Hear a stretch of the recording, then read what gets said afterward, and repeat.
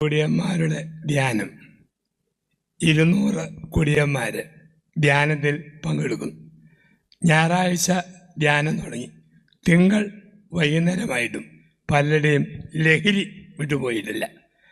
അപ്പോൾ ധ്യാനിപ്പിക്കുന്ന അച്ഛൻ പറഞ്ഞു, കെട്ടുപോകാൻ, ബന്ധനം കഴിയാൻ ഓരോരുത്തരും യേശു ആരെന്ന് ഉറക്കപ്പറ. ഒരു കുടിയൻ പറഞ്ഞു, യേശുവേ, നീ എൻ്റെ കർത്താവാകും. ഒരു കുടിയൻ പറഞ്ഞു, ദൈവമാകും. ഒരു കുടിയൻ പറഞ്ഞു, നാഥനാകും. 2 കുടിയന്മാർ ഒന്നും മിണ്ടുന്നില്ല. അച്ഛൻ എളിക്കിട്ട് ഓരോ കുത്തു കൊടുത്തു. പറ, കെട്ടുപോയിട്ട് ബന്ധനം വരിയട്ടെ. ഒരു കുടിയൻ ചാടി എഴുന്നേറ്റ് പറഞ്ഞു, യേശുവേ, നീ എൻ്റെ ലഹരിയാവുന്നു. ഒരു ലഹരി പോയപ്പോൾ അടുത്ത ലഹരി. ഒരുത്തിനൊന്നും മിണ്ടിയില്ല. അച്ഛൻ ശക്തമായി ഒരു കുത്തോടെ കൊടുത്തു. അവൻ ചാടി എഴുന്നേറ്റ് പറഞ്ഞു, യേശുവേ, നീ എൻ്റെ അളിയനാകുന്നു. എല്ലാവരും ഒറ്റ ചിരി. ആൾക്കാർക്ക് തോന്നി അവൻ അച്ഛനെ കളിയാക്കുക. അവനായിരുന്നു സത്യസന്ധനായ കുടിയൻ. അവൻ്റെ ഇളയ പെങ്ങള് മഠത്തിലെ കന്യാസ്ത്രീയായിരുന്നു. യേശുവേ, നീ എൻ്റെ അളിയനാകുന്നു. ആരാണ് യേശുവെന്ന് ഒരു ചോദ്യം നമുക്കും വേണം. കർത്താവ് ചോദിക്കുന്നു, ഞാൻ ആരെന്നാണ് എല്ലാവരും പറയുന്നത്? ഞാൻ ആരെന്നാണ് നിങ്ങൾ പറയുന്നത്? യേശു ചോദിക്കും,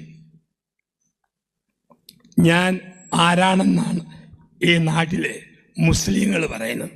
അവർ പറയും, നബിമാരിൽ ഒരു നബിയാണ്, പ്രവാചകന്മാരിൽ ഒരു പ്രവാചകനാണ്. ഞാൻ ആരാണെന്നാണ് ഹിന്ദുക്കൾ പറയുക.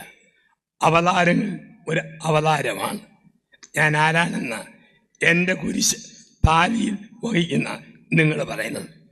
എൻ്റെ ശരീരം ഭക്ഷിക്കുന്ന, എൻ്റെ രക്തം പാനം ചെയ്യുന്ന നിങ്ങൾ പറ, ഞാൻ ആരാ? പറയാൻ ഉത്തരം വേണം വ്യക്തിപരമായിട്ട്. നീ എൻ്റെ ദൈവവും എൻ്റെ നാഥനും എൻ്റെ കർത്താവുമാ. യേശു ആരെന്ന് ചോദിക്കുമ്പോൾ ഏറ്റവും മനോഹരമായ ഉത്തരം തരുന്നത് സുവിശേഷകനായ യോഹന്നാനാണ്. ബൈബിളിൽ ഏറ്റവും ആഴമുള്ള ബൈബിൾ രചന യോഹന്നാൻ്റേതാണ്. അതിന് കാരണം യോഹന്നാൻ ചെയ്ത 2 കാര്യങ്ങൾ. ഒന്ന്, അന്ത്യ അത്താഴത്തിന് മുമ്പ് യോഹന്നാൻ സ്വന്തം നെറ്റി, സ്വന്തം ശിരസ് ക്രിസ്തുവിൻ്റെ മാറിൽ വെച്ചു. എന്ന് പറഞ്ഞാൽ സ്വന്തം ബുദ്ധി, സ്വന്തം യുക്തി, സ്വന്തം ആലോചന ദൈവത്തിന് കൊടുത്തു. കാരണം നെറ്റി ബുദ്ധിയുടെ കേന്ദ്രമാണ്, ഓർമ്മയുടെ കേന്ദ്രമാണ്, ചിന്തയുടെ കേന്ദ്രമാണ്. അതുകൊണ്ടാണ് കുരിശുവര തിരുനാളിൽ നെറ്റിയിൽ കുരിശ് വരയ്ക്കും. എൻ്റെ ബുദ്ധി, എൻ്റെ യുക്തി, എൻ്റെ സർവസ്വവും എൻ്റെ കർത്താവിന് ഞാൻ കൊടുക്കുന്നു. അതാണ് നെറ്റി കുരിശ് വരയ്ക്കുക. യോഹന്നാൻ സ്വന്തം ശിരസ് ക്രിസ്തുവിൻ്റെ മാറിൽ ചായച്ചു. 2ാമത്, ദുഃഖവെള്ളിയാഴ്ച കാൽവരി കുരിശിൻ്റെ ചുവട്ടിൽ നിന്ന് യോഹന്നാൻ പോരുമ്പോൾ നരബാധിച്ച മുടിയുള്ള ഒരു സ്ത്രീയുടെ വലതു കൈയിൽ യോഹന്നാൻ പിടിച്ചിരുന്നു. അത് യേശുവിൻ്റെ അമ്മയായ മറിയം. യോഹന്നാൻ്റെ ശിരസിൽ ക്രിസ്തുവും ഹൃദയത്തിൽ മറിയവും. യോഹന്നാൻ അഗ്രഗണ്യനായിത്തീർന്നു. യോഹന്നാൻ്റെ സുവിശേഷത്തിന് ബൈബിൾ പഠനങ്ങളിൽ 3 പേരുകൾ, 4 പേരുകൾ. 1, ജീവൻ്റെ സുവിശേഷം.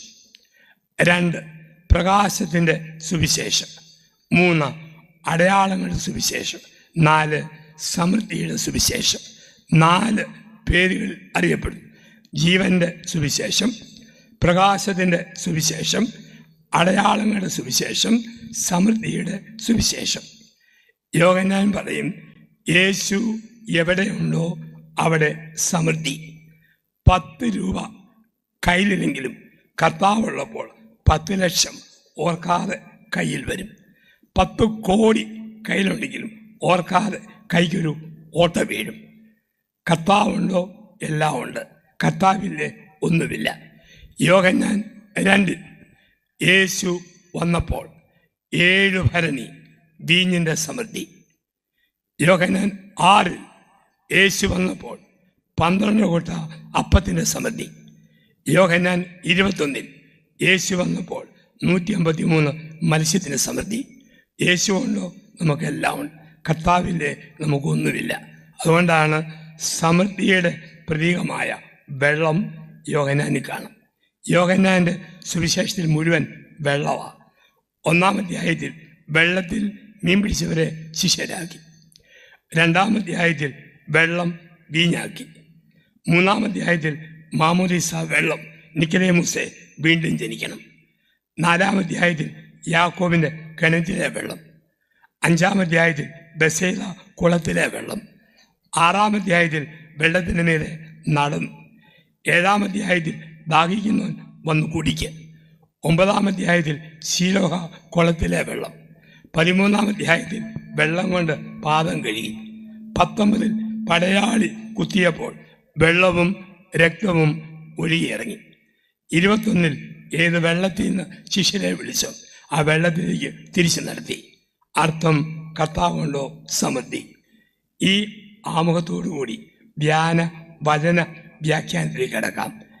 യോഹന്നാൻ പഠിപ്പിക്കുന്നു യേശുക്രിസ്തുവിൻ്റെ 7 അധികാരങ്ങൾ. യേശുവിൻ്റെ 7 അധികാരങ്ങൾ. 7 പരിമിതിയല്ല, 7 പൂർണ്ണതയാണ്. ഏഷ്യ മൈനറിലെ 7 സഭകൾക്കായി വെളിപാട് പുസ്തകം. മഴവില്ലിന് 7 വർണ്ണങ്ങൾ. തിരുസഭയിൽ 7 കൂദാശകൾ. 7 പൂർണ്ണതയാണ്. യേശുവിൻ്റെ 7 അധികാരങ്ങളെ യോഹന്നാൻ പഠിപ്പിക്കുന്നു. 1, ഗുണമേന്മയുടെ മേൽ അധികാരമുള്ളവൻ യേശു. ഗുണമേന്മയുടെ മേൽ അധികാരമുള്ളവൻ യേശു. യോഹന്നാൻ 2:1 മുതൽ 12 വരെ. കാനായിലെ കല്യാണ സദ്യ. 3-ാം ദിവസം ഗലീലിലെ കാനായിൽ ഒരു വിവാഹ വിരുന്ന് നടന്നു. യേശുവിൻ്റെ അമ്മ അവിടെ ഉണ്ടായിരുന്നു. യേശുവും ശിഷ്യന്മാരും വിരുന്നിന് ക്ഷണിക്കപ്പെട്ടിരുന്നു. അവിടെ വീഞ്ഞു തീർന്നപ്പോൾ അവൻ്റെ അമ്മ അവനോട് പറഞ്ഞു, അവർക്ക് വീഞ്ഞില്ല. യേശു പറഞ്ഞു, സ്ത്രീയെ, എനിക്കും നിനക്കും എന്ത്? എൻ്റെ സമയം ഇനിയും ആയിട്ടില്ല. അവൻ്റെ അമ്മ പറഞ്ഞു, അവൻ പറയുന്ന പോലെ ചെയ്യുക. പരന്നുകൾ നിറയ്ക്കപ്പെട്ടു, കരങ്ങൾ നീട്ടിപ്പിടിച്ചു. ഒരു നിമിഷം കൊണ്ട് പച്ചവെള്ളം വീര്യമുള്ള വീഞ്ഞായി.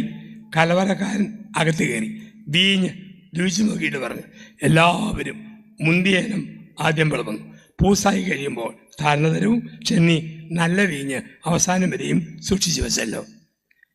നമ്മുടെ നാട്ടിലെ വിവാഹ രീതിയും യഹൂദൻ്റെ വിവാഹ രീതിയും തമ്മിൽ വലിയ വ്യത്യാസം. നമ്മുടെ നാട്ടിൽ ഏപ്രിൽ 12 പുതുഞായറാഴ്ച ഒരു കല്യാണം എന്ന് പറഞ്ഞ് ക്ഷണിച്ചാൽ ശനിയാഴ്ച വൈകിട്ട് വീട്ടിൽ വരും, ഞായറാഴ്ച പള്ളിയിൽ വരും, കർമ്മത്തിൽ പങ്കെടുക്കും, ഭക്ഷണം കഴിച്ച് പല്ലും കുത്തി കുറ്റവും പറഞ്ഞുകൊണ്ട് പോകും. നമ്മുടെ രീതി അതാ. യഹൂദർക്കിടയിൽ അങ്ങനെയല്ല. ഒരു വിവാഹത്തിന് വിളിച്ചാൽ 15 ദിവസം കയറി ഇറങ്ങാം. അങ്ങനെ പലര് കയറി ഇറങ്ങിയപ്പോൾ വീഞ്ഞ് തീർന്നുപോയി. തീർന്നപ്പോൾ നമുക്കറിയാം, സ്ഥലം MLA-യോ MPA-യോ ഒരു പരിപാടിക്ക് വിളിച്ചാൽ അവർ മാത്രമല്ല, വിളിക്കാത്ത ലോക്കൽ നേതാക്കന്മാർ കൂട്ടത്തിൽ കയറി വരും. നിങ്ങൾ നീണ്ട യാത്ര ചെയ്യുമ്പോൾ ആര്യഭവൻ, ഉടുപ്പി ഹോട്ടൽ, ആനന്ദഭവൻ, ശരവണ അവിടെ കയറി ഭക്ഷണത്തിന് ഓർഡർ കൊടുക്കും. ഓർഡർ കൊടുക്കുന്നത് ചപ്പാത്തി, നെയ്റോസ്റ്റ്, പൂരി മസാല, മസാല ദോശ. പക്ഷെ ഓർഡർ കൊടുക്കാത്ത ഒരു വയ്യാവേലി ഒരു നാണമില്ലാതെ പ്ലേറ്റിൽ കയറി കുത്തിയിരിക്കും. തൊളവട എന്ന് പറയുന്ന ഉഴുന്നുവട. പിന്നെ മര്യാദ ഉള്ളതുകൊണ്ട് എറിയില കഴിച്ചിട്ട് പോകും. കാനായിലെ വീട്ടിൽ വിളിക്കാത്ത ഉഴുന്നുവട പോലെ കുറേ പേര് വന്നു, വീഞ്ഞില്ല. അവിടെ അമ്മ തൻ്റെ ഡ്യൂട്ടി ആരംഭിച്ചു. പരിശുദ്ധ അമ്മ ലോകത്തിലേക്ക് വന്നത് മധ്യസ്ഥ പ്രാർത്ഥന നടത്താൻ വേണ്ടിയില്ല. 2 മാസം മുമ്പ് ലിയോ 14 മാർപ്പാപ്പ പറഞ്ഞു, മാതാവിനെ സഹരക്ഷക എന്ന് വിളിക്കരുത്, മറിയം മധ്യസ്ഥ പ്രാർത്ഥനയുടെ അമ്മയാണ്. കാനായിൽ അമ്മയുടെ ആദ്യത്തെ മധ്യസ്ഥ പ്രാർത്ഥന. മോനെ വീഞ്ഞില്ല. ഈ രാത്രി പറയും, മോനെ അച്ഛന് കൃപയില്ല, ദമ്പതിമാർക്ക് വരവില്ല, ദേഹത്തിന് ഊരില്ല, വീടിന് സമ്പത്തില്ല. നമ്മുടെ ആവശ്യം അമ്മ ഈശോയോട് പറയും. എന്നിട്ട് പറയും, അവൻ പറയുന്ന പോലെ ചെയ്താൽ മതി, വീര്യമുള്ള ജീവിതമാകും. പരന്നുകൾ നിറച്ചു, കരങ്ങൾ നീട്ടിപ്പിടിച്ചു. ഒരു നിമിഷം കൊണ്ട് വെള്ളരി വെളുത്ത പച്ചവെള്ളത്തിൻ്റെ മുഖം നവവധുവിൻ്റെ മുഖം പോലെ ചുവന്നു തൊടുത്തു. വീര്യമുള്ള വീഞ്ഞായി വാരികോരി വിളമ്പി. കലവറക്കാരൻ അകത്ത് കയറി വീഞ്ഞ് രുചി നോക്കി. എന്നിട്ട് പറഞ്ഞു, എല്ലാവരും മുന്തിയനും ആദ്യം വിളമ്പുന്നു, പൂസാകുമ്പോൾ താഴ്ന്നു തരും. പക്ഷെ നീ നല്ല വീഞ്ഞ് അവസാനം വരെയും സൂക്ഷിച്ചു വെച്ചല്ലോ. എല്ലാ ജീവിതാന്തസ്സിലും നല്ലത് ആദ്യം വിളമ്പും. അച്ഛന്മാരെ കണ്ടിട്ടില്ലേ? പട്ടം കിട്ടിയ ആദ്യകാലങ്ങളിൽ അച്ഛന്മാർ കുർബാന കഴിപ്പിക്കുന്ന കണ്ടാൽ തോന്നും ഈ കക്ഷിയാണ് വിശുദ്ധ കുർബാന കണ്ടുപിടിച്ചയാൾ. ചില അച്ഛന്മാർ ആശീർവാദം കൊടുക്കുന്ന കണ്ടാൽ കുരിശിൻ്റെ നീളം പരലോകം മുതൽ പാതാളം വരെയാണ്, സമാധാനം നിങ്ങളോടുകൂടെ.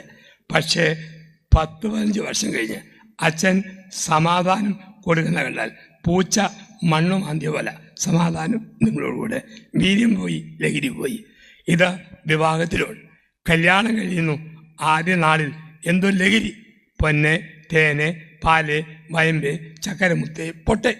ഒരുത്തൻ കല്യാണം കഴിഞ്ഞ് അവൻ്റെ ഭാര്യയും കൊണ്ട് വീട്ടിലോട്ട് വരിക. ഗേറ്റിങ് വന്നപ്പോൾ വീഡിയോക്കാരൻ പറഞ്ഞു, അവൾക്ക് നല്ല പെർഫ്യൂമിൻ്റെ മണമുണ്ട്, നിന്ന് കോരിയെടുക്കാൻ പറഞ്ഞു. അവൻ കഷ്ടപ്പെട്ട് അവളെ കോരിയെടുത്തു. എടുത്തപ്പോഴാ ഓവർ വെയ്റ്റ്, സിമിന്തിയാക്ക് പോലെ നല്ല കനം. ഇവനിങ്ങനെ അവളെ പൊക്കിയെടുത്ത് വേച്ച് പോവുക. അപ്പം എൻ്റെ അമ്മ അകത്തിരുന്ന് കണ്ടു. അമ്മ പറഞ്ഞു, കർത്താവേ, വിവാഹത്തിൻ്റെ അത്ഭുതം. 5 കിലോ റേഷനറി കിട്ടിയാൽ ഓട്ടോറിക്ഷയെ കൊണ്ടുവരുന്നവനാ. 62 കിലോ ചുമന്നോണ്ട് വരുന്ന വരവ് കണ്ടില്ലേ? ആദ്യകാലത്ത് തീഷ്ണത, പിന്നീട് ഒരു മരവിപ്പ്. കഴിഞ്ഞ 50 നോയമ്പിൽ ഒരു പള്ളിയിൽ ഞാൻ ധ്യാനിപ്പിക്കുക. വൈകിട്ട് 5:30 മുതൽ 8:30 വരെ. 5:30 കുരിശിൻ്റെ വഴി. ഞാൻ പള്ളിയിലോട്ട് സാവധാനം പോകുമ്പോൾ 65 വയസ്സ് പ്രായം വരുന്ന ഭർത്താവും ഭാര്യയും കൂടി പള്ളിയിലോട്ട് പോകുന്നു. ഭാര്യ മുമ്പിൽ പോകുന്നു, കെട്ടിയവൻ വീർത്ത മുഖമായിട്ട് പിന്നാലെ പോകുന്നു. ഞാൻ ചോദിച്ചു, ചേട്ടാ, 50 നോയമ്പിലെ വെള്ളിയാഴ്ചയല്ലേ, കുരിശിൻ്റെ വഴിക്ക് പോകുന്നില്ലേ? ചേട്ടൻ്റെ മറുപടി, ആ വഴിക്ക് തന്നെ അച്ഛാ ഞാൻ പോയിക്കൊണ്ടിരിക്കുന്നു, കുരിശ് മുമ്പിൽ പോകുന്നു, കുരിശിൻ്റെ വഴിക്ക് ചേട്ടനും പോകും. ആദ്യം നല്ല സന്തോഷത്തോടെ ആരംഭിക്കുന്ന ജീവിതത്തിൽ പിന്നീട് വരുന്ന ഒരു മരവിപ്പ്. ക്രിസ്തു കൊണ്ടോ വീര്യമുണ്ട്, ക്രിസ്തുവിലെ തണുത്തു പോകും. യേശുവിൻ്റെ പ്രത്യേകത, അവൻ എവിടെ വന്നാലും സാന്ദ്രത വർദ്ധിക്കും. അവൻ വരുന്നിടത്ത് സാന്ദ്രത വർദ്ധിക്കും. അവൻ വരുമ്പോൾ വെള്ളത്തിൻ്റെ സാന്ദ്രത വീഞ്ഞിൻ്റെ സാന്ദ്രതയാവും.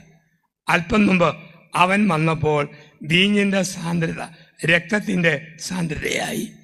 കർത്താവ് വരുമ്പോൾ വെള്ളം വീഞ്ഞാവും, വീഞ്ഞ് രക്തമാവും. വെള്ളം ഇഷ്ടം, വീഞ്ഞ് സ്നേഹം. കല്യാണം കഴിഞ്ഞപ്പോൾ ഇഷ്ടം വെള്ളം, വർഷങ്ങൾ കഴിഞ്ഞപ്പോൾ അത് വീഞ്ഞ് വീര്യമുള്ള ലഹരിയുള്ള ഒന്നായിട്ട് മാറി. പ്രിയപ്പെട്ടവരെ, ശരിക്കും ലഹരിയുള്ള ഒരു ദാമ്പത്യമാണോ? എന്തും ഭാര്യ സഹിക്കും, എന്തും ഭർത്താവ് പുറകും, എന്തും മാതാപിതാക്കൾ ക്ഷമിക്കും. ലഹരി ഉണ്ടെങ്കിൽ വെള്ളപ്പാണ്ട് വന്നാലും ദേഹം മരവിച്ചാൽ ഭാര്യയെ ഭർത്താവിന് മറക്കാൻ പറ്റില്ല. കുടിച്ച് പൂസായാലും രോഗം വന്നാലും ഭർത്താവിന് ഭാര്യയ്ക്ക് മറക്കാൻ പറ്റില്ല. അത് ലഹരിയായി കഴിയുമ്പോൾ ഭക്ഷണത്തിന് രുചിയില്ലേലും പരാതിയില്ല, എന്തെല്ലാം പ്രശ്നം വന്നാലും പരിഭവമില്ല. അതാണ് വീഞ്ഞ് എന്ന് പറയുക. ഒരു നോൺ വെജ് ഹോട്ടലിൽ 75 വയസ്സുള്ള ഭർത്താവും ഭാര്യയും മിക്സഡ് ഫ്രൈഡ് റൈസും ചില്ലി ചിക്കനും കഴിക്കുന്നു. 8-10 കോളേജ് പിള്ളേർ ആ ഹോട്ടലിൽ കയറി. അവർ 2 റൗണ്ട് കഴിച്ചിട്ടും അങ്കിളും ആൻറ്റിയും കഴിച്ച് തീരുന്നില്ല. അവർ നോക്കുമ്പോൾ ആദ്യം അങ്കിൾ കഴിക്കും, പ്ലേറ്റ് തള്ളിക്കൊടുക്കും. ആൻറ്റി കഴിക്കും, പ്ലേറ്റ് നിരക്കി കൊടുക്കും. അങ്കിൾ കഴിക്കും, പ്ലേറ്റ് പൊക്കി കൊടുക്കും. ആൻറ്റി കഴിക്കും, പ്ലേറ്റ് ഉന്തി കൊടുക്കും. പിള്ളേർ പറഞ്ഞു, അങ്കിൾ ആൻറ്റി പണം ഇല്ലാത്തതുകൊണ്ടല്ലേ പ്ലേറ്റ് വെച്ച് ഇങ്ങനെ നിരക്കുന്നത്. ഞങ്ങളുടെ വക ഒരു മിക്സഡ് ഫ്രൈഡ് റൈസ് ഞങ്ങൾ സ്പോൺസർ ചെയ്യാം. ഉടനെ അങ്കിൾ പറഞ്ഞു, വേണ്ട, അതെന്താ, ഞങ്ങൾ സമാധാനമായിട്ട് ഷെയർ ചെയ്യുകയാണ്. എന്താ ഷെയർ ചെയ്യുന്നത്? പറഞ്ഞു, ഞങ്ങളുടെ പല്ല് ആദ്യം അങ്കിൾ കഴിക്കും, പിന്നെ ആൻറ്റിക്ക് കൊടുക്കും, ആൻറ്റി കഴിക്കും, അങ്കിളിന് കൊടുക്കും. ഇഷ്ടം സ്നേഹമാകുമ്പോൾ ഒന്നും ഒരു ബുദ്ധിമുട്ടുമില്ല, എന്തും സഹിക്കും, എന്തും പുറക്കും. കാന 3 ആത്മീയ ചിന്തകൾ നോമ്പ് കാലത്ത് നമുക്ക് തരുന്നു. 3 ആത്മീയ ചിന്തകൾ. 1, ജീവിതത്തിൽ പ്രശ്നം വരുമ്പോൾ പരിഹാരം തരുന്നവൻ പന്തലിൻ്റെ പുറത്തല്ല, പന്തലിൻ്റെ അകത്താണ്. കാനായിൽ പ്രശ്നം വന്നപ്പോൾ പരിഹാരം അയൽവകത്തു നിന്ന് കടം മേടിച്ചല്ല, ആരോടും പറഞ്ഞിട്ടുമല്ല. പ്രശ്നം വന്നപ്പോൾ പരിഹാരം തരുന്നവൻ പന്തലിൻ്റെ അകത്തുണ്ട്. നിങ്ങളുടെ വീട്ടിൽ ഒരു പ്രശ്നം വരുമ്പോൾ ഉടനെ കൃപാസനത്തിലേക്ക് ഓടരുത്, അട്ടപ്പാടി ഓടരുത്, അണക്കരയ്ക്ക് ഓടരുത്, അമ്മ വീട്ടിൽ ഓടരുത്. പ്രശ്നം വരുമ്പോൾ ആദ്യമേ നിങ്ങൾ കൊന്തയായിട്ട് പ്രാർത്ഥനാ മുറിയിൽ കൊന്ത ചെല്ലണം, പ്രാർത്ഥനാ മുറിയിൽ ബൈബിൾ വായിക്കണം, എൻ്റെ പള്ളിയുടെ മധുബഹയുടെ മുമ്പിലേക്ക് പോകണം. പ്രശ്നം വരുമ്പോൾ പരിഹാരം തന്നവൻ ധ്യാനഗുരുക്കന്മാരോ കൗൺസിലേഴ്സോ ധ്യാന മന്ത്രികളോ അല്ല. പരിഹാരം തരുന്നവൻ പെരയ്ക്കകത്തുണ്ട്, പരിഹാരം തരുന്നവൻ പന്തലിൻ്റെ അകത്തുണ്ട്. ആ ഒരു ചിന്ത. 2, കാണാതിരുന്ന രണ്ടാമത്തെ ചിന്ത, അപ്രതീക്ഷിതമായ തകർച്ച വരുമ്പോൾ തളരാതെ പിടിച്ചു നിൽക്കണം. ഈശോയും മാതാവും ഹൃദയത്തിൽ വേണം, വീട്ടിൽ വേണം. അപ്രതീക്ഷിതമായ തകർച്ച വരുമ്പോൾ തളരാതെ പിടിച്ചു നിൽക്കണം. ഈശോയും മാതാവും വീട്ടിൽ വേണം.